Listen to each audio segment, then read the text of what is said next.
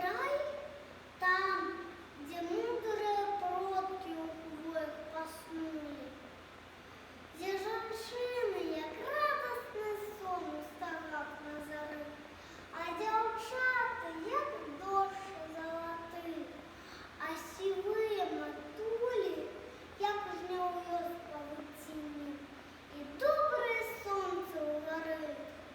Там звенят неумершие песни на полные груди. Там спрадвеку учить моя мова, булатный клинок, та гордая мова, якую и тады не забудем, коли солнце с землею у опошли заглыбятся знов.